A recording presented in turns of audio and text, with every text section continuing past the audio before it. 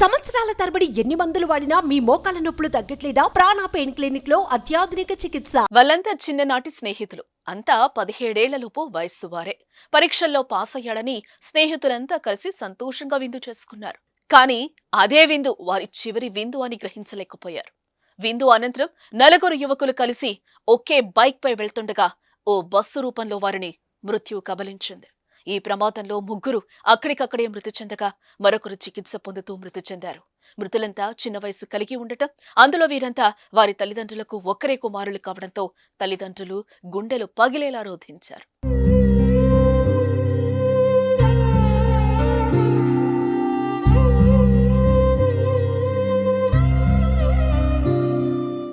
వరంగల్ జిల్లా వర్ధన్నపేటకు చెందిన పొన్నం గణేష్, ఇల్లంద గ్రామానికి చెందిన మల్లెపాక సిద్ధు, వరుణ్ తేజ్, పొన్నాల అనిల్ కుమార్లు ఒకే ద్విచక్ర వాహనంపై ఇల్లంద నుంచి వర్ధన్నపేట వైపు వెళ్తున్నారు.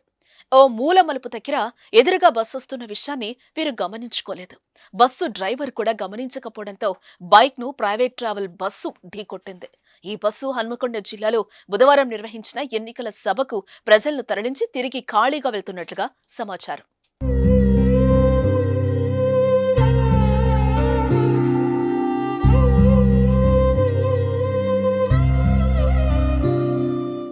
ఈ ఘటనలో ముగ్గురు అక్కడికక్కడే మృతి చెందగా మరో విద్యార్థి చికిత్స పొందుతూ మరణించాడు. ఇందులో గణేష్ అనే విద్యార్థి బుధవారం వెల్లడైన ఇంటర్ ఫలితాల్లో మంచి మార్కులతో పాస్ అయ్యాడు. ఈ క్రమంలోనే అతను తన ముగ్గురు స్నేహితులతో కలిసి సాయంత్రం విందు చేసుకుని ఒకే ద్విచక్ర వాహనంపై తిరిగి ఇళ్లకు వెళ్తుండగా ఈ ఘటన చోటు చేసుకుంది. ప్రమాద తీవ్రతకు నలుగురు విద్యార్థులు సుమారు 50 మీటర్ల దూరం వరకు చెల్లాచెదురుగా ఎగిరి పడినట్లుగా పోలీసులు తెలిపారు. వీరంతా వారి తల్లిదండ్రులకు ఒక్కరే కుమారులని స్థానికులు అంటున్నారు. ఇల్లంద గ్రామానికి చెందిన ముగ్గురు ఒకే రోజు చనిపోవడంతో విషాద ఛాయలలుముకున్నాయి. ఘటనా స్థలం దగ్గర మలుపు ఉండటం, 2 వాహనాలు వేగంగా రావడంతో ప్రమాదం జరిగినట్లుగా పోలీసులు భావిస్తున్నారు. కేసు నమోదు చేసుకుని దర్యాప్తు చేస్తున్నట్లుగా పోలీసులు వెల్లడించారు. రోడ్డు ప్రమాదంలో మృతి చెందిన నలుగురు విద్యార్థుల మృతదేహాలకు మాజీ మంత్రి ఎర్రబెల్లి దయాకర్ రావు నివాళులర్పించారు.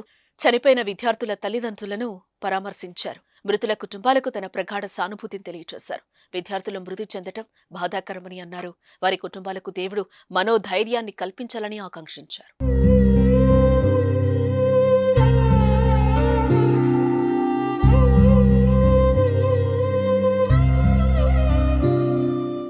సుమన్ టీవీలో మీ పర్సనల్ అండ్ బిజినెస్ ప్రమోషన్స్ కోసం కింది నెంబర్కి కాంటాక్ట్ చేయండి.